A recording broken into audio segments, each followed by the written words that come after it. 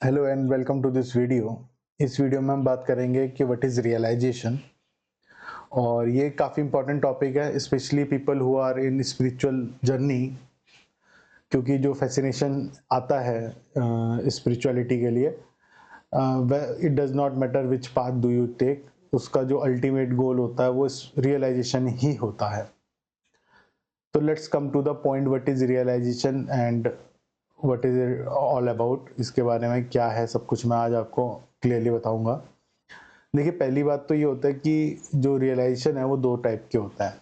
एक रियलाइजेशन होता है जो होता है स्टेप रियलाइजेशन, जिसको मैं बोलता हूँ, जिसमें आपको स्टेप बाय स्टेप रियलाइजेशंस होते हैं and then finally you reach the point where you are fully realized. और दूसरे टाइप का जो रियलाइजेशन होता है दैट इज स्पॉन्टेनियस रियलाइजेशन, जिसमें किसी पर्सन को एकदम से रियलाइजेशन होता है and he complete that path in a one go. और फिर उस रियलाइजेशन से जो उसके जो रियलाइजेशन जब उसको हो जाता है, उसके बाद क्या होता है कि there is a period where he has to stabilize his realization. तो जो भी वो रियलाइजेशन करा है उसको हम आगे डिस्कस करेंगे कि क्या होता है बेसिकली प्रोसेस। तो वो जब एक बार उसको रियलाइजेशन होता है तो उसके बाद वो उसको स्टेबलाइज करने के लिए, उसको परमानेंट करने के लिए, परमानेंस में लाने के लिए या प्रैक्टिस में लाने के लिए वो फिर उसके लिए कुछ स्टेप्स लेता है। लेकिन यहाँ पर जो मैं बात करूंगा मैं स्टेप रियलाइजेशन की करूंगा, क्योंकि अगर वो रियलाइजेशन, क्योंकि वो स्पॉन्टेनियस रियलाइजेशन है और अगर वो होना होता आपको तो अभी तक हो गया होता।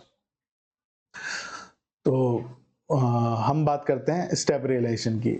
और स्टेप रियलाइजेशन से पहले हम बात करेंगे कि रियलाइजेशन असल में है क्या चीज। अब क्योंकि इसके ऊपर चारों ओर बहुत ज्यादा मिस्टिसिज्म फैला दिया गया है, तो लोगों को लगता है कि there is something super natural that is happening. पहली चीज आपको समझना पड़ेगा, there is nothing super natural, nothing like super natural. कोई भी चीज सुपर नेचुरल नहीं होती है, जो भी होता है नेचुरल होता है। क्योंकि there can not be dichotomy और there can not be duality. एक ही चीज होती है और वो वही नेचुरल है और वही सुपर नेचुरल। और वो सारा का सारा डिपेंड करता है कि आपकी जो लेवल ऑफ अंडरस्टैंडिंग है वो कहाँ तक पहुंची है। तो जब आपकी लेवल ऑफ अंडरस्टैंडिंग बढ़ जाती है तो वही सुपर नेचुरल नेचुरल लगने लग जाता है। तो लेट्स मूव फॉरवर्ड कि रियलाइजेशन है क्या। रियलाइजेशन इज दैट पॉइंट और इज दैट स्टेट जहां पर आपका जो किसी भी टॉपिक के regarding, it can be any topic, जब आपका जो डाउट होता है वो पूरी तरीके से एलिमिनेट हो जाता है and you have a clarity which can not subside. मतलब एक बार आपको वो क्लियर हो गया तो उसके बाद वो सबसाइड नहीं होता, उसका जो क्लैरिटी है वो मेंटेन रहती है and that is what realization is.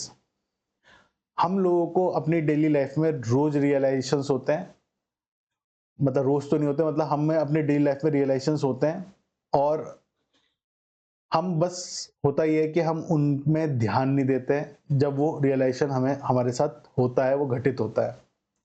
तो अब उसको समझते हैं कि रियलाइजेशन है क्या, और मैं उसको एक एग्जांपल से समझाता हूँ। अब आपको एक पॉइंट आपकी लाइफ में आया होगा जहां पर आपने इस दुनिया में जो कॉन्सेप्ट्स हैं उनको डाउट किया होगा, आपको जो फीड किया गया है आपने उसको डाउट किया होगा। वो हर कोई करता है और किसी ना किसी पॉइंट में जाके उसको रियलाइजेशन होता है कि जो वो समझ रहा था अभी तक, थिंग्स आर समथिंग डिफरेंट।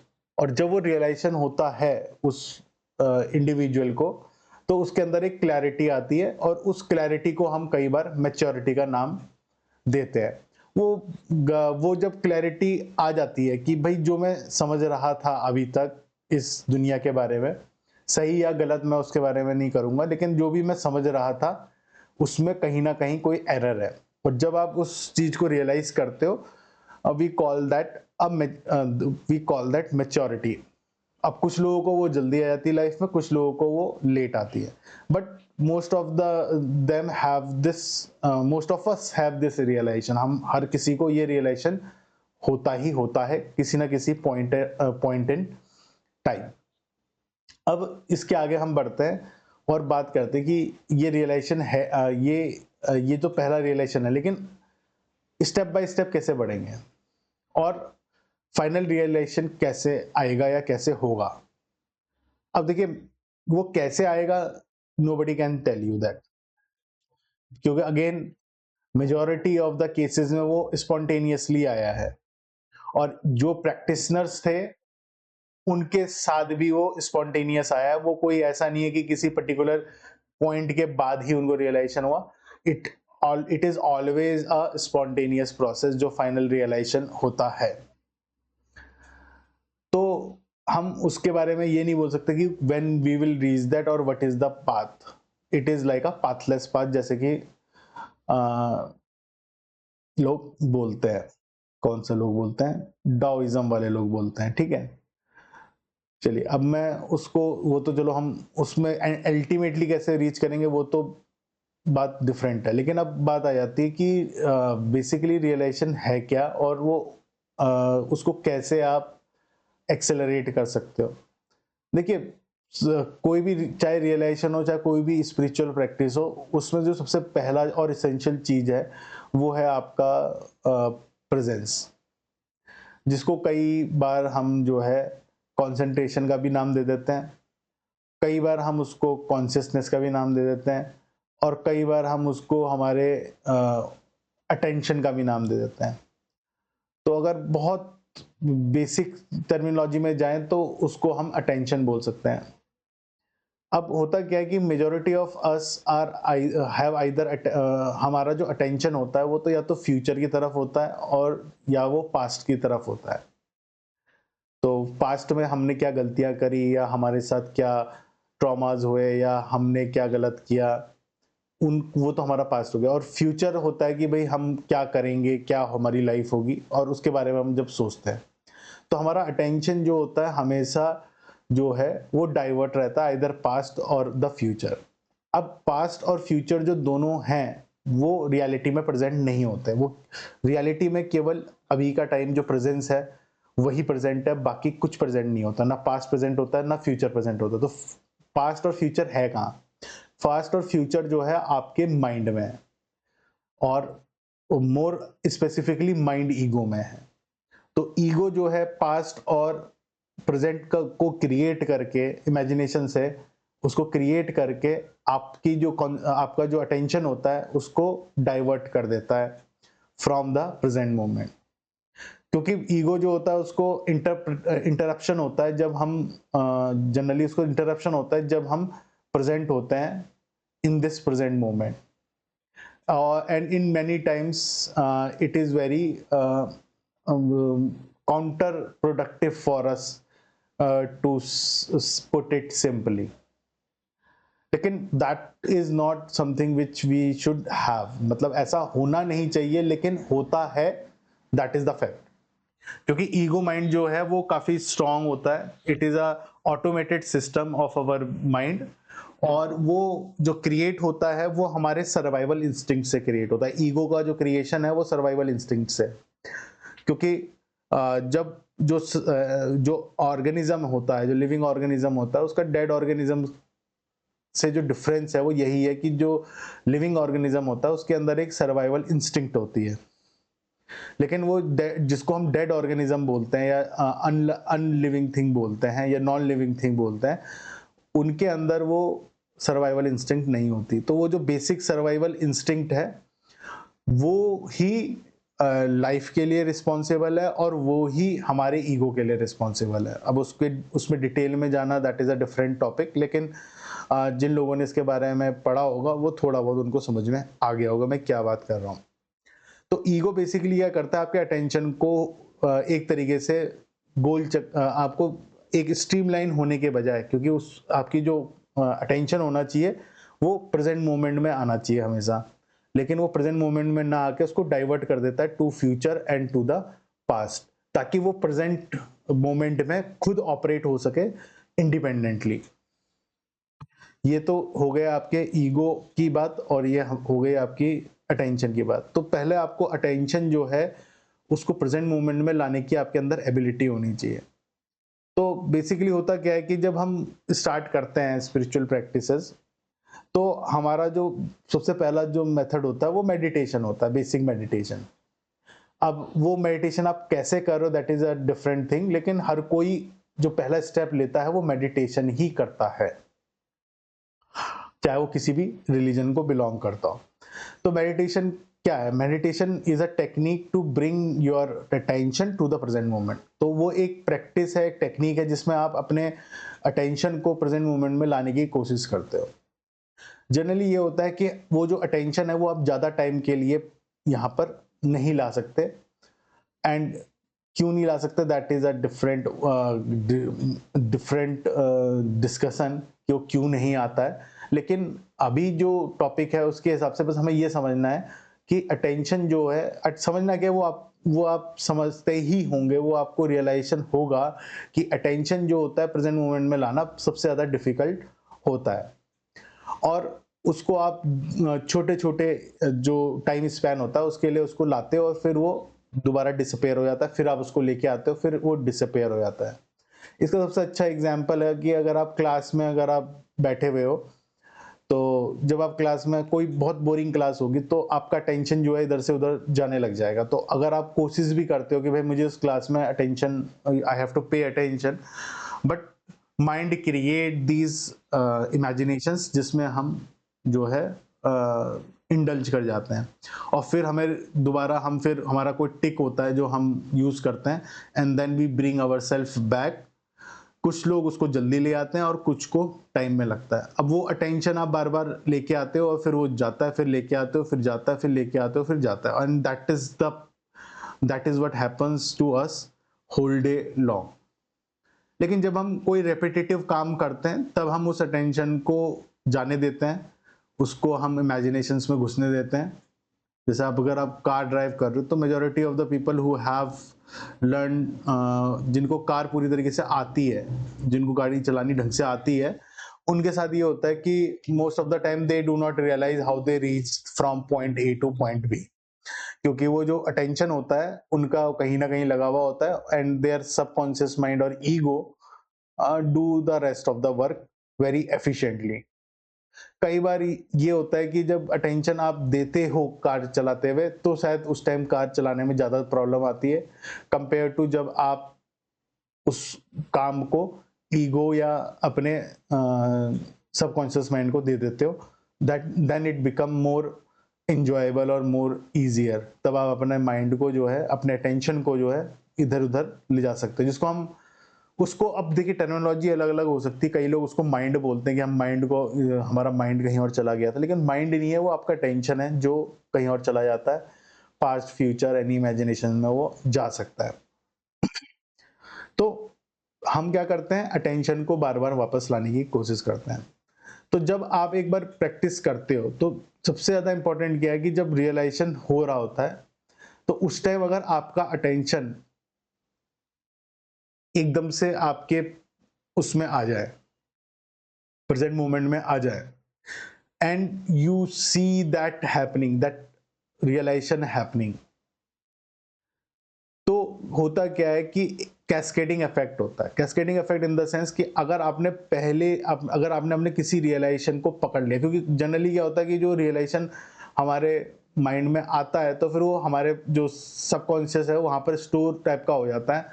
तो धीरे धीरे करके वो उसके ऊपर मिट्टी लगनी शुरू हो जाती है, and it start to lose itself. What we usually do कि जब हमें रियलाइजेशन होता है तो हम एक वॉइस नोट टाइप का सबकॉन्शियस माइंड को छोड़ते हैं। जैसे मैं एक एग्जांपल देता हूँ कि अ, जैसे आपको रियलाइजेशन हुआ कि भाई कि अ, हमें जो है, मान लो कि हमें झूठ नहीं बोलना चाहिए। मान लो ये रियलाइजेशन हुआ कि झूठ क्यों नहीं बोलना चाहिए का रियलाइजेशन हुआ आपको। अब मैं अभी तो मैं वो डिस्कस नहीं करूँगा कि झूठ क्यों नहीं बोलना चाहिए, लेकिन चलो वो आपको रियलाइजेशन हुआ कहीं किसी पॉइंट इन टाइम में, और आप क्या करते हो, उसका एक वॉइस नोट बना लेते हो और उस वॉइस नोट को स्टोर कर लेते हो अपने ब्रेन में।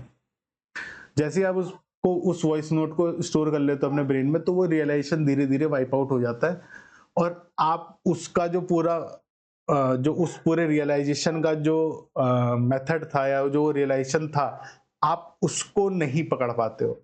लेकिन आप उस वॉइस नोट को पकड़ लेते हो क्योंकि उसने बोला था, या फिर आप जैसे एक वॉइस नोट आया कि भाई आपको लोगों में विश्वास नहीं करना चाहिए, एक रियलाइज़ेशन हुआ कि भाई लोगों में विश्वास नहीं करना चाहिए क्योंकि दे हैव सर्टेन वो जो भी उसका उनका वो है रीज़न है। तो वो रियलाइज़ेशन हुआ तो आप वॉइस नोट बना के उसको रख लेते हो और फिर आप उसको जो रियलाइज़ेशन है उसको भूल जाते हो and you just keep that voice note, और फिर आपका जो कैरेक्टर होता है या जो आपका पर्सनैलिटी होती है, वो उस वॉइस नोट के ऊपर काम करती है। तो जब वो वॉइस नोट्स बहुत सारे हो जाते हैं तो धीरे-धीरे एक आपकी पर्सनैलिटी का हैंडबुक बन जाता है और फिर आप उन वॉइस नोट्स की मदद से आपकी पर्सनैलिटी शेप होती है। जनरली जब आप यंग एज में होते हो तो वो वॉइस नोट्स आप ज़्यादा बनाते हो और एक पॉइंट ऐसा आता है जब आप उन वॉइस नोट्स को भी बनाना बंद कर देते हो and you think that enough is enough, हम मुझे इससे ज़्यादा की ज़रूरत नहीं है। अब that is a different thing कि वो क्या होता है। लेकिन ये जो ऑटोमेशन हम अपने लाइफ में करते हैं, वो हमारे अटेंशन को जो है कॉम्प्रोमाइज़ कर देता है। अब होता क्या है कि हम जैसे हमें रियलाइज़ेशन होता है कि एक बहुत कॉमन रियलाइज़ेशन होता है कि हमें अटेंशन यहाँ पर रखनी चाहिए, प्रेज़ेंट मोमेंट में रखनी चाहिए। लेकिन वी हैव सीन कि जो अटेंशन है उस क्योंकि उसका फ़ायदा है, उसका जब आप प्रेज़ेंट मोमेंट में कभी-कभी आप अटेंशन रखते हो तो आपको उसका एडवांटेज होता है। तो एक रि जब आप बार-बार उस मेथड जब वो बार-बार आपके साथ होता है तो एक पॉइंट ऐसा आता है कि आपको वो कॉन्सेप्ट रियलाइज़ होता है कि why you should be present in this moment.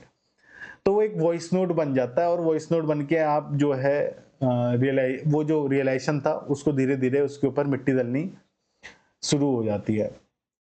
लेकिन अब उस वॉइस नोट में क्या होता है, अब वो वॉइस नोट तो क्या है, वो हमारे फिजिकल बिहेवियर को कंट्रोल करने के लिए। तो वॉइस नोट ये होता है कि भाई मान लो जैसे कि भाई क्लास में जो है अटेंशन में रहना चाहिए।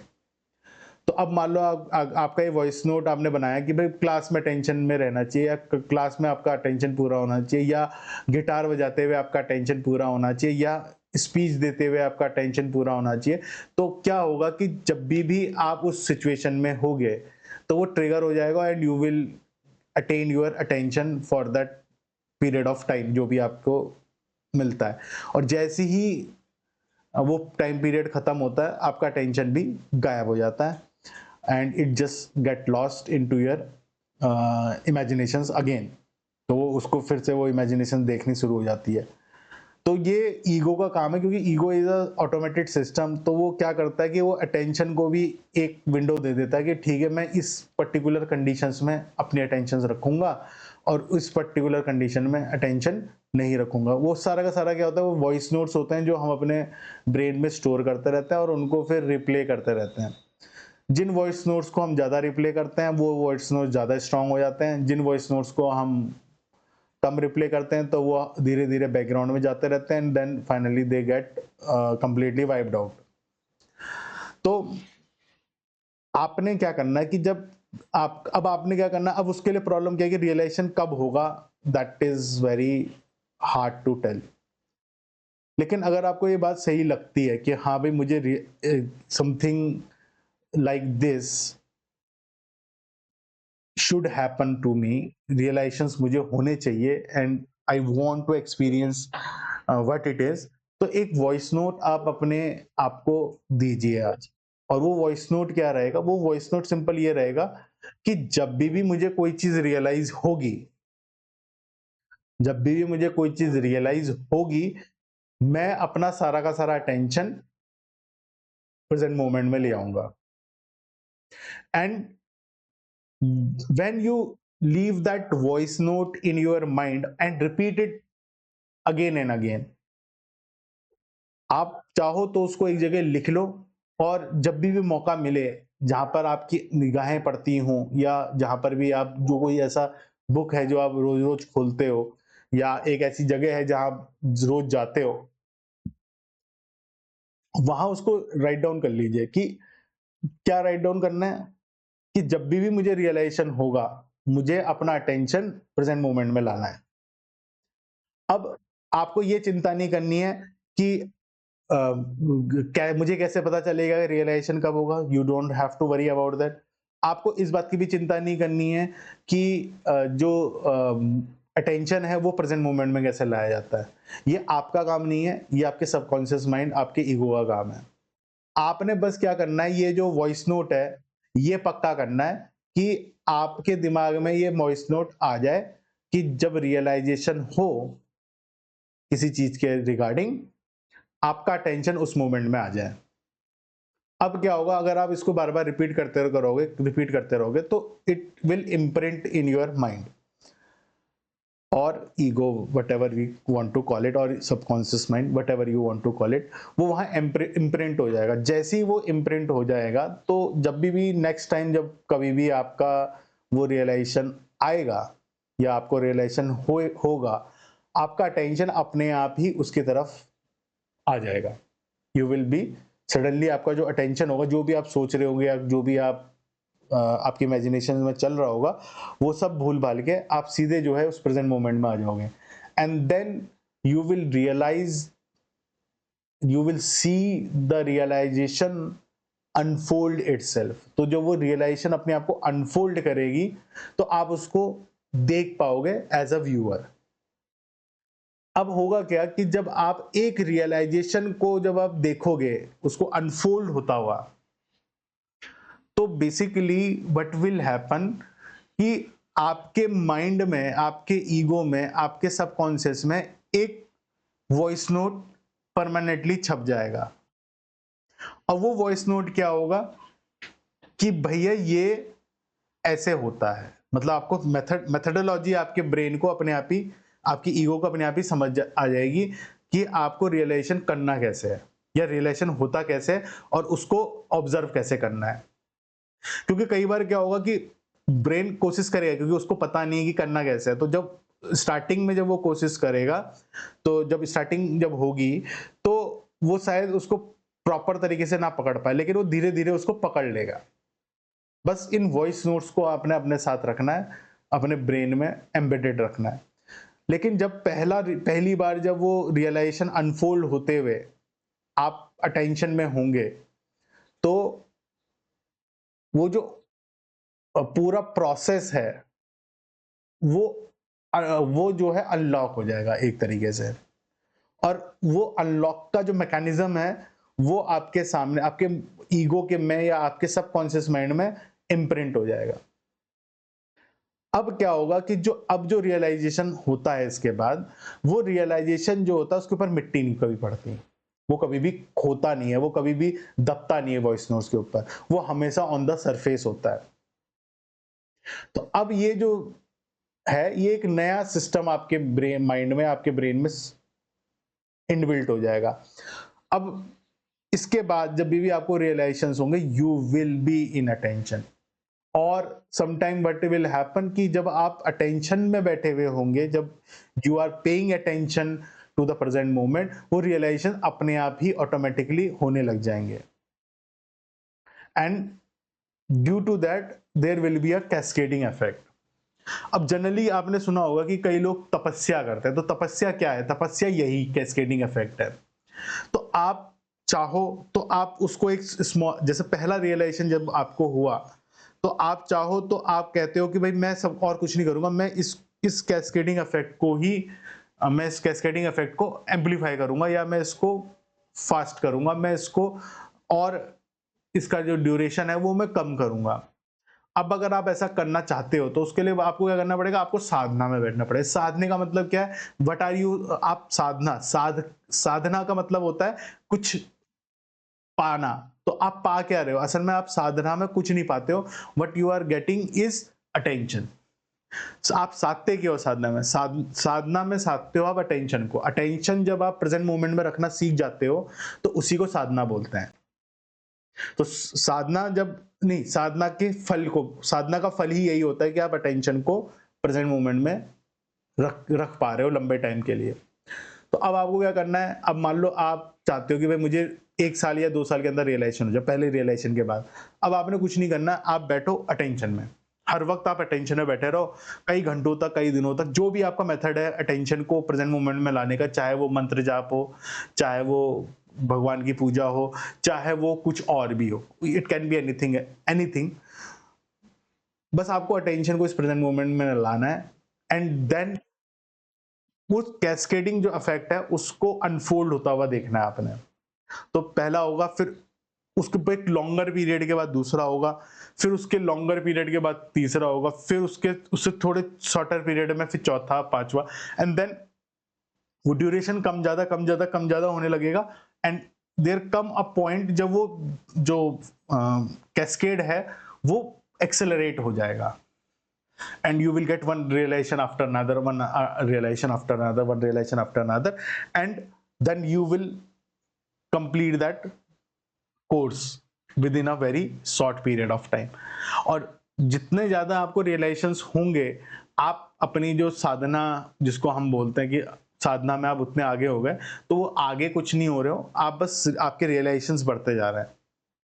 तो वो उनका जो वो होता है, ग्राफ होता है, वो एक तरीके से एक्सपोनेंशियल ग्राफ होता है। तो शुरुआत में वो कम होते हैं और फिर वो उनका एक्सेलरेशन होता रहता है। तो जनरली क्या होता है कि जो ये बाबा लोग होते हैं जो हिमालय में बैठे रहते हैं, ये होते कौन है?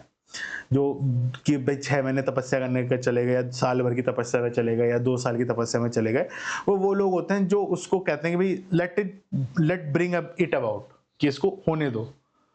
तो वो सब कुछ छोड़ छाड़ के वो क्या करता है, बैठ जाते हैं और वो फिर उसको रियलाइज करते हुए चलते हैं। अब हर किसी का जो स्टार्टिंग पॉइंट है वो डिफरेंट है, क्योंकि it is an spontaneous process, और आपका स्टार्टिंग पॉइंट भी एक स्पॉन्टेनियस प्रोसेस है। आप कहाँ स्पॉन होगे, हर कोई बराबर सेम पॉइंट में स्पॉन नहीं होता, हर कोई डिफरेंट पॉइंट में स्पॉन होता है। some people have to first have to have some very basic realization, which many people, ऐसा होता है कि भाई बहुत बेसिक रियलाइजेशंस होते हैं जो ऑलरेडी कईयों के अंदर होते हैं, उनके अंदर नहीं होते, तो उनको पहले उनको पार करना पड़ता है। तो पहले आप फिजिकल बैरियर्स को पार करोगे, फिर मेंटल बैरियर्स को पार करोगे, and then you move forward towards the what we called as self realization. जब आपको एक कंप्लीट रियलाइजेशन हो जाता है, तो वो उसको हम सेल्फ रियलाइजेशन बोलते हैं, and you will just move toward it. तो जो फाइनल रियलाइजेशन होगा वो तो that is a different thing. वो हो सकता है कि भाई आपकी साधना खत्म हो जाए, now you want to move on to your life, and with maybe in a period of a day or a month or a year or a 10 year or a lifetime it happens। लेकिन जो concept है या जो तरीका है वो यही है कि कैस्केडिंग इफेक्ट्स जो होते हैं वो बहुत फास्ट होते हैं। तो शुरुआत में वो प्रोसेस स्लो होता है, एंड स्लोली जब आप अपना अटेंशन बार बार लाते हो प्रेजेंट मोमेंट में, only for the purpose of realization, you start getting those realizations. और जब आप उन अटेंशंस को जब आप अटेंशन लाते हो प्रेजेंट मोमेंट, तो you get the realisation, then you wait और you whatever you do, क्योंकि आप एक जीवन भी जी रहे हो, तो आप अपने लाइफ को भी आगे बढ़ाओगे। तो बस वो साथ साथ चलता रहता है। But there is a point, अब शुरुआत में वो नहीं पता चलेगा, शुरुआत में तो आप को ये समझ में नहीं आएगा कि हो क्या रहा है, लेकिन एक पॉइंट आएगा जहां पर आप अंडरस्टैंड करोगे कि how you are getting this realization. तो रियलाइजेशन फॉर रियलाइजेशन आपको होगा कि अच्छा ये होता है रियलाइजेशन। एंड जब शुरुआती रियलाइजेशंस होते हैं उनमें प्रॉब्लम ये उनमें क्या होता है कि जो चेंज होता है, जो पहला रियलाइजेशन जब आप अचीव करोगे, what do we mean by realization, कि आपका टेंशन भी है और आपका रियलाइजेशन भी है, वो मिट्टी नहीं पड़ेगी, वो परमानेंट जब होगा, तो वो जो लीप होता है वो बहुत बड़ा लीप होता है। लेकिन जैसे जैसे आप आगे बढ़ते हो रियलाइजेशन बाय रियलाइजेशन, वो लीप छोटे होते रहता है, and there come a point when you realize कि वो कि जो रियलाइजेशंस हैं और जो नॉन रियलाइजेशंस थे, मतलब जब आप रियलाइजेशन से पहले जो आप थे और रियलाइजेशन के बाद जो आप हो, there is no difference, and that happens at a point. और फिर उसके आगे जब आप बढ़ते हो, जब और रियलाइजेशंस में जब आप आगे बढ़ते हो, there come a point when you realize that ego is not your enemy, क्योंकि वो एग्जिस्ट ही नहीं करता, वो केवल एक मैकेनिज्म है, वो उसकी जरूरत है हमें। वो कोई मेरा एनिमी, मॉर्टल एनिमी नहीं है। It do not have any control over it. In fact it is its soul purpose is to serve you. और जब आप उस रियलाइजेशन तक पहुंचोगे, then more realisations will come on towards your वे।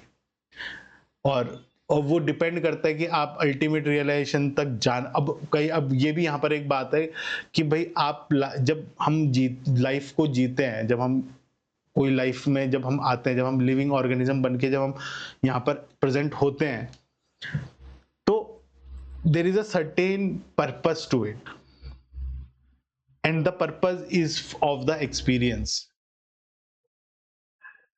अब कई लोग ये बोलेंगे नहीं, the purpose of the soul और soul or a human being or any living organism is to achieve, is to go back to that is previous state, but it is something which is wrong कि वो मतलब technically correct नहीं है।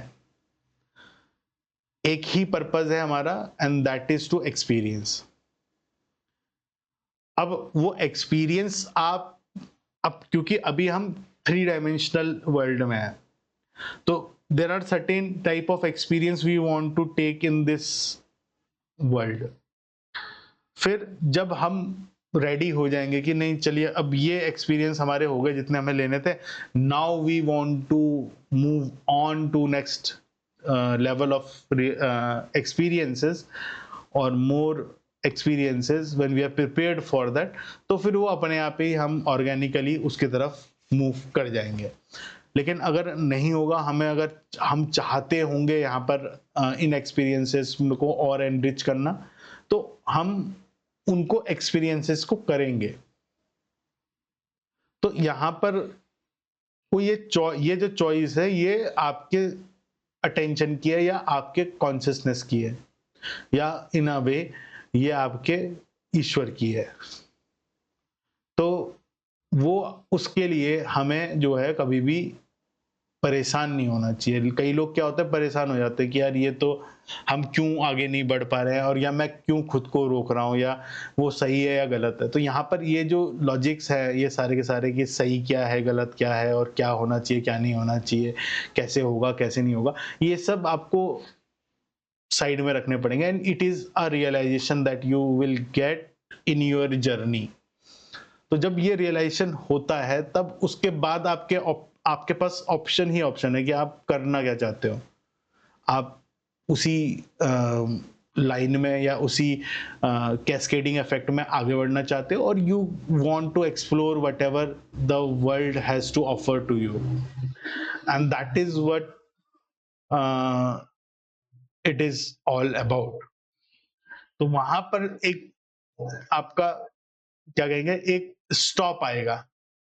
तो वो, लेकिन जैसे आप भाई जब आप कार में ट्रेवल करते हो, तो आप बीच में कहीं पर ढाबे में रुकते हो ना, तो वैसे ही ढाबे में रुकने जैसा है।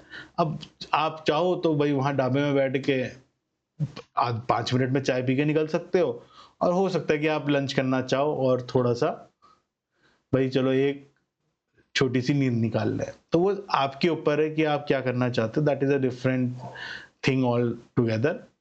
लेकिन हमें क्या करना है, धीरे धीरे धीरे धीरे करके आगे बढ़ते रहना है। ना तो आगे बढ़ने से डरना है कि भाई ये कैस्केडिंग इफेक्ट कहीं कुछ ऐसा ना हो जाए और वो ना हो जाए, उसके बारे में भी नहीं सोचना है। और ना ही उसके लिए इतना पागल होने की जरूरत है। Let it happen the way it has to happen. अब अगर आप ये वीडियो देख रहे हैं अभी तक, तो that means there is something that has attracted you here. मैं कोई बहुत अच्छी तरीके से तो नहीं बोल रहा हूँ, या मेरी कोई बहुत क्लैरिटी नहीं है, लेकिन हो सकता है कि जो मेरे शब्द हों वो आपके लिए शायद ज़रूरी हो, और क्योंकि वो शब्द आपके लिए ज़रूरी हैं, तभी तक आप इस टाइम तक रुके हुए हो।